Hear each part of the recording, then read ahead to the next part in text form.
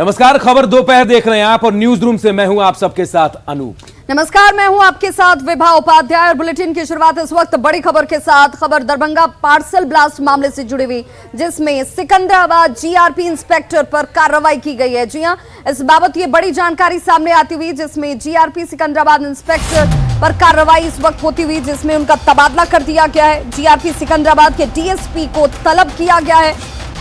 GRP DSP N Chandrabhanu से NIA ने जानकारी ली है। दिल्ली एनआईए ने री रजिस्टर किया ये पूरा मामला, जिस बाबत इस वक्त कार्रवाई आगे बढ़ती हुई और जीआरपी सिकंदराबाद के इंस्पेक्टर का तबादला कर दिया गया है। जिस दिन ये घटना हुई उस दिन से ही ये सवाल उठ रहे थे कि क्या जीआरपी सिकंदराबाद की तरफ से संजीदगी नहीं बरती गई, क्या लापरवाही की वजह से ये ब्लास्ट हुआ।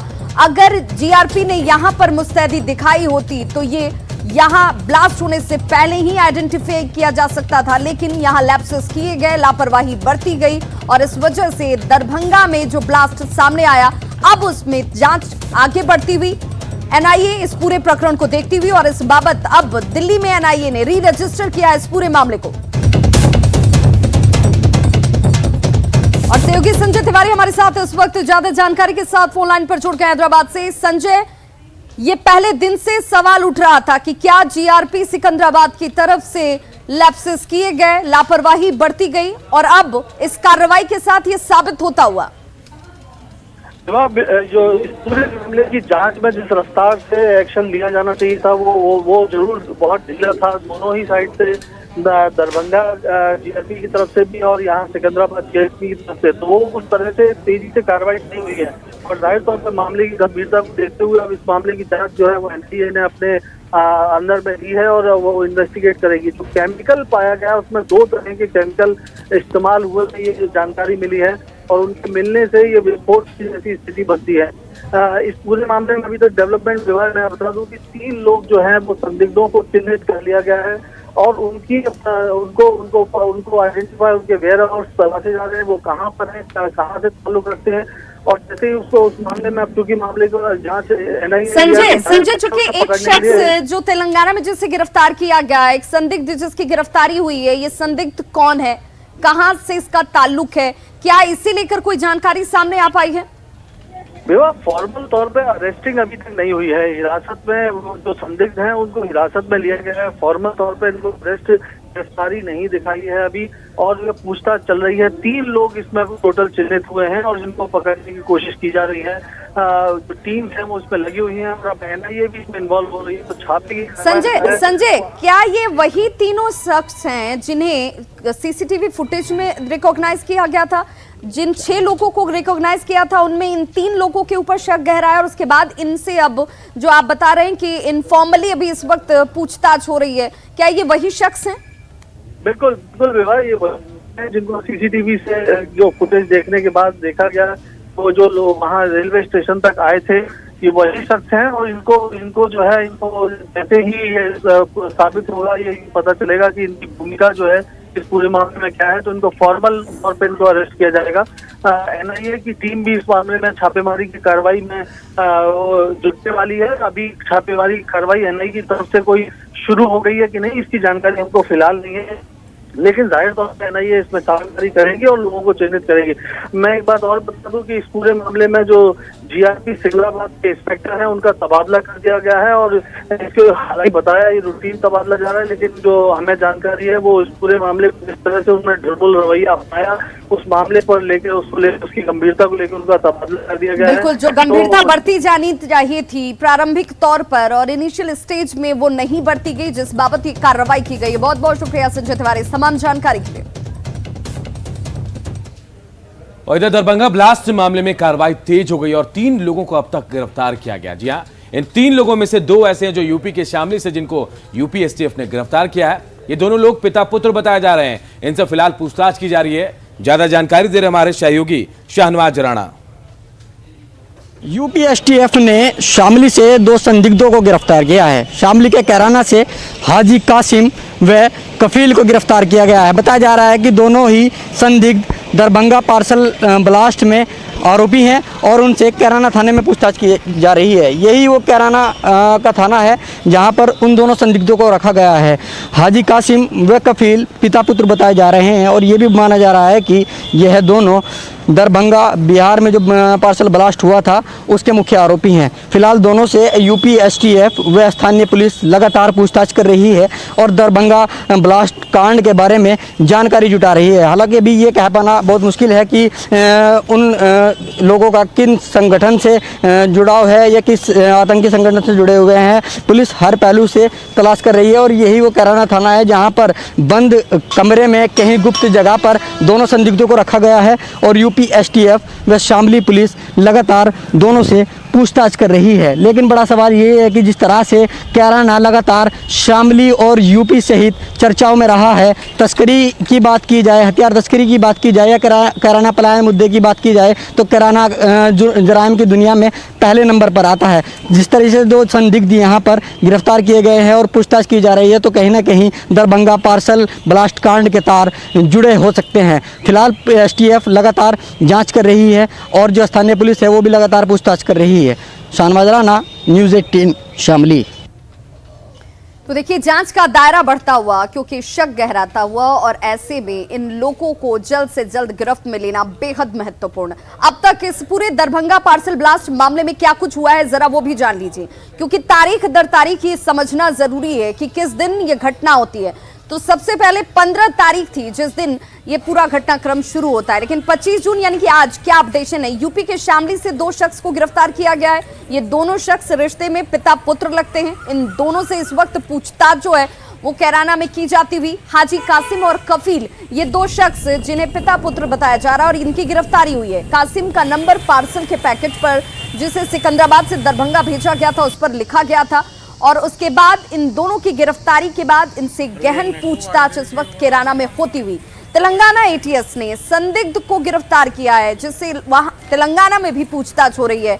आईएसआई का हैंडलर ये शख्स बताया जा रहा है। कौन कौन से लोग इसके साथ जुड़े हुए हैं गुप्त जगह पर, फिलहाल तेलंगाना एटीएस की टीम इस शख्स से पूछताछ गहनता से करती हुई। 17 जून दरभंगा जंक्शन पर पार्सल में ब्लास्ट होता है। ये वो तारीख थी जिसके बाद से ये पूरा घटनाक्रम जो है आतंकी जांच के तौर पर शुरू हो जाता है। और अब तक क्या कुछ हुआ इस पूरे घटनाक्रम में ये बेहद महत्वपूर्ण। 15 तारीख जब सबसे पहले इस पार्सल को डिस्पैच किया जाता है सिकंदराबाद से दरभंगा के लिए।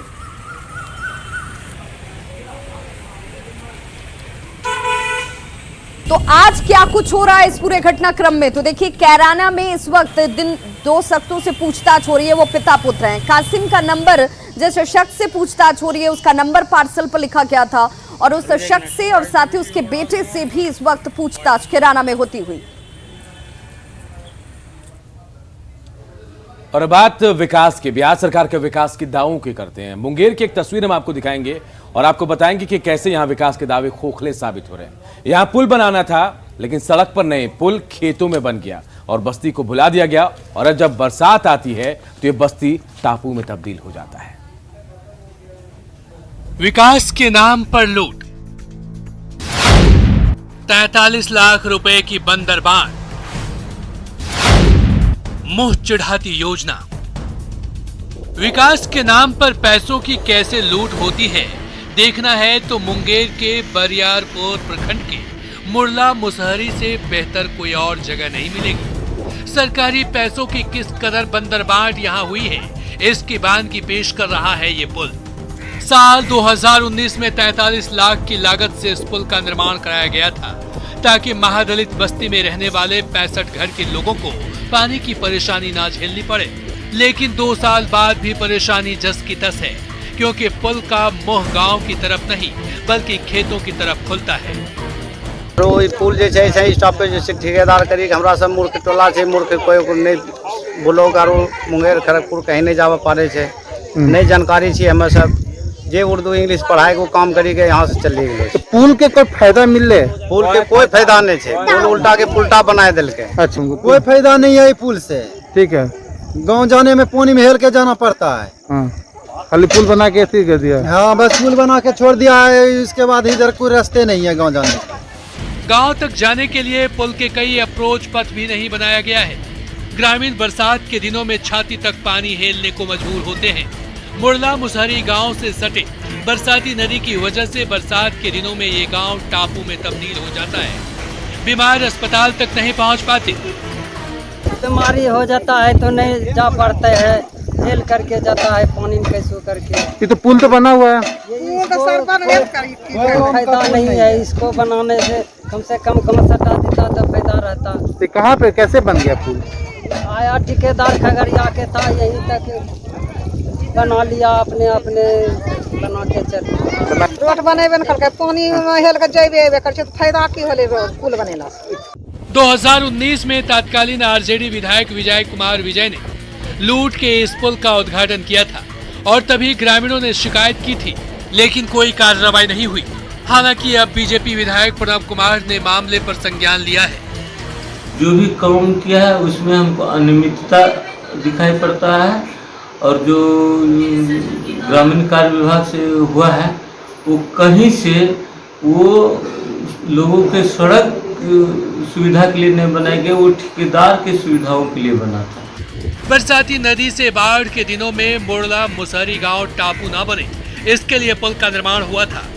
लेकिन ये निर्माण कैसा है जिससे परेशानी ही दूर नहीं हो रही। न्यूज़ 18 के लिए अरुण शर्मा की रिपोर्ट।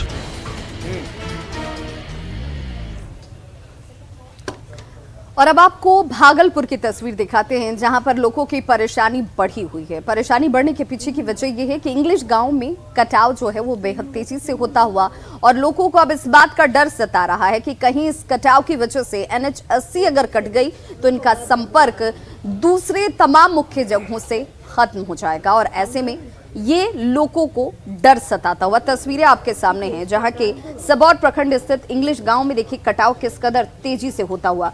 ग्रामीण जो हैं वो सहमे हुए हैं, डरे हुए हैं। महज 10 मीटर की दूरी जो है NH से बची है बस कटाव की, और सड़क कट गई तो लोगों का संपर्क दूसरे मुख्यालयों से टूट सकता है। इंग्लिश गांव में प्रशासन की तरफ से कटाव को रोकने को लेकर कोई कार्रवाई नहीं की जा रही है, कोई यहां पर कटाव निरोधी कार्य नहीं किए जा रहे हैं और इस वजह से लोगों में नाराजगी भी है। और इधर खनन मंत्री जनक राम ने गोपालगंज के बाढ़ प्रभावित इलाकों का जायजा लिया है। खुद खनन मंत्री वहां गोपालगंज पहुंचे और उन इलाके में पहुंचे जहां के लोग बाढ़ से बेहद परेशान हैं। वहां के लोगों से मुलाकात की, उनकी समस्याओं को जाना और हर संभव निजात का भरोसा दिया है।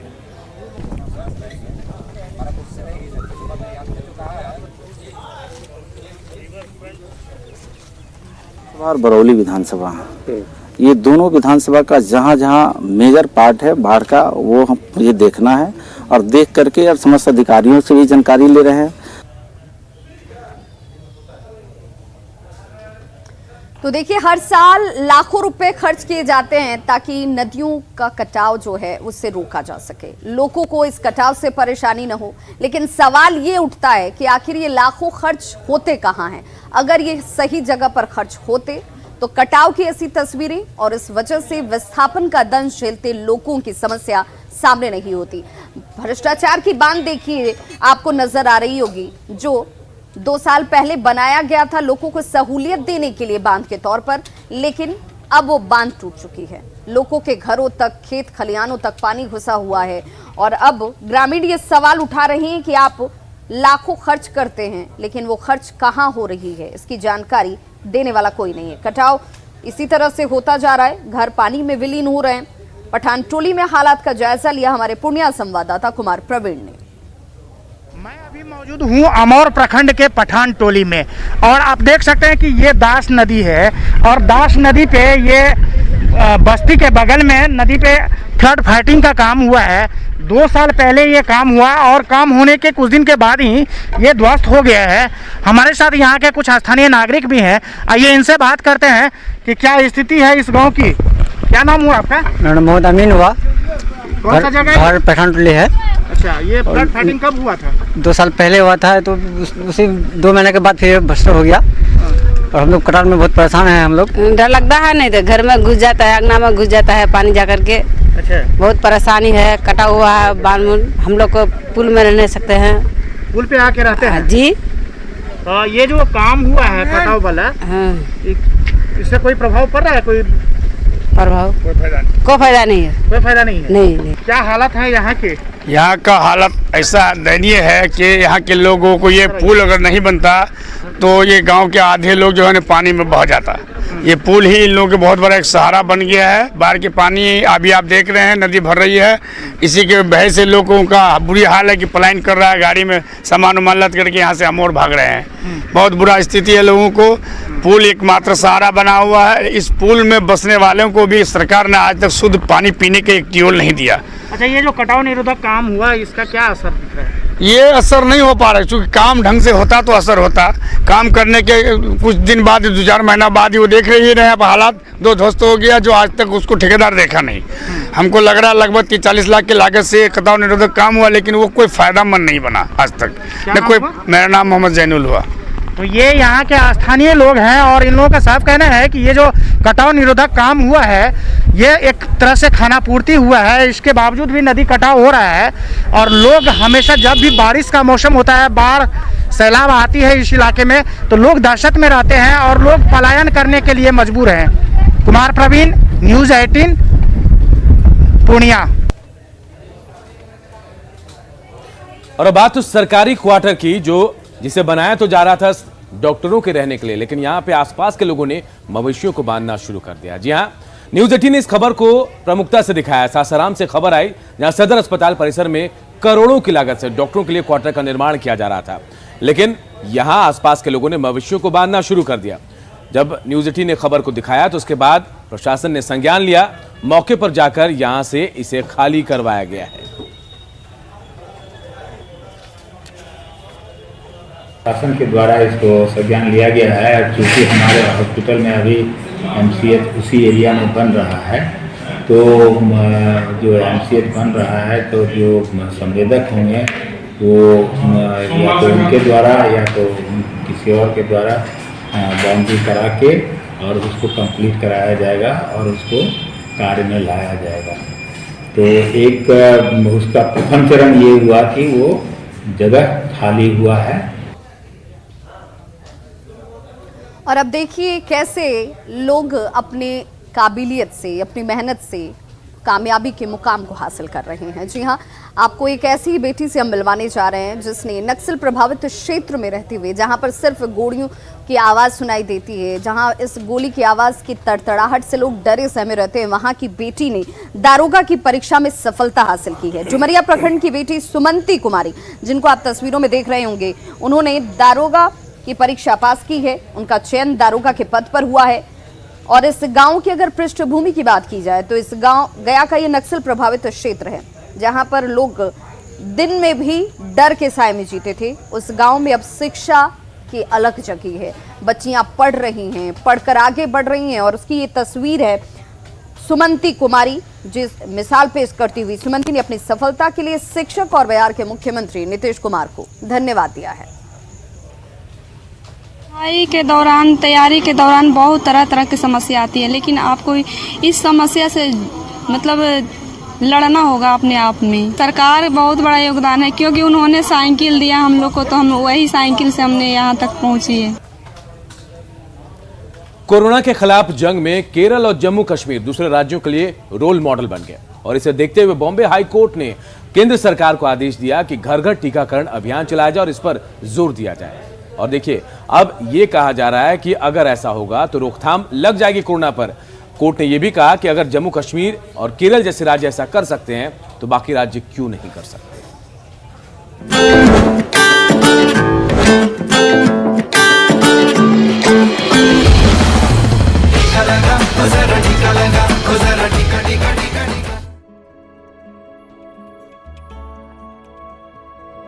पचहत्तर साल के कृष्णन कुट्टी को करीब 9 महीने पहले दिल का दौरा पड़ा था, जिसके बाद इनके शरीर का एक हिस्सा लकवाग्रस्त हो गया। इनकी हालत ऐसी थी कि इन्हें खाना भी ट्यूब के जरिए ही देना पड़ रहा था। उस पर कोरोना का मंडराता खतरा इनके लिए दोहरी परेशानी का सबब बना था, जिसका वैक्सीनेशन का विकल्प था।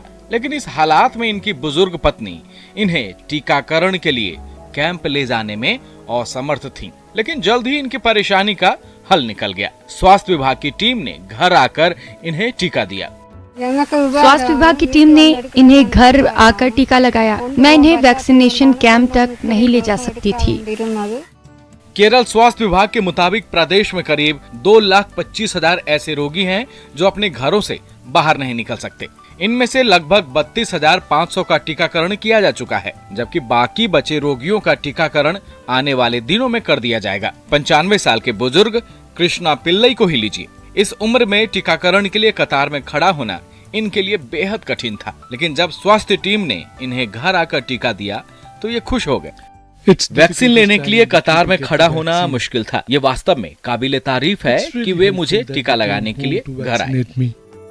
हालांकि बुजुर्गों और बीमार लोगों के लिए ये एक बड़ी सहूलियत है, लेकिन स्वास्थ्य टीम के लिए ये कई बार मुश्किल भरा सबक बन जाता है, क्योंकि कई लोग पहाड़ी इलाकों में भी रहते हैं, जहां संकरे रास्तों के जरिए स्वास्थ्य टीम को पहुंचने में काफी दिक्कतों का सामना करना पड़ता है। खासकर मानसून के मौसम में तो चुनौती और भी बड़ी हो जाती है। हमें बीपी, एलर्जी की जांच करनी होती है। टीकाकरण के बाद हमें 15 मिनट तक इंतजार करना होता है। हाँ, दिक्कतें आती है, लेकिन ये हमारा कर्तव्य है, इसलिए हमें अपने पेशेंट के लिए ये करना ही है। बीमार और बुजुर्ग लोगों के लिए केरल सरकार का ये फैसला वाकई एक बड़ी राहत है। यकीन मानिए, टीकाकरण के लिए बाकी राज्य भी अगर ये मॉडल अपनाए तो वो दिन दूर नहीं जब देश पूर्ण टीकाकरण का लक्ष्य हासिल कर लेगा। तिरुवनंतपुरम से ब्यूरो रिपोर्ट, न्यूज़ 18 नेटवर्क।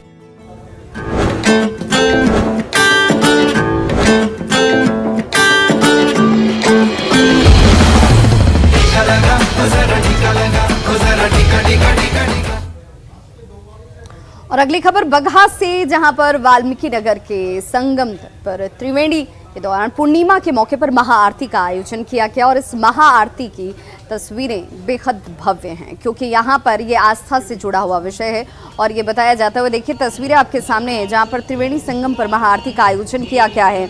और इस वाल्मीकि नगर में ज्येष्ठ पूर्णिमा के अवसर पर भारत नेपाल सीमा पर अवस्थित बिलवा घाट परिसर में नारायणी गंडकी माता की महाआरती का आयोजन हर साल किया जाता है। कार्यक्रम का आयोजन स्वरांजलि सेवा संस्थान ट्रस्ट की तरफ से किया गया।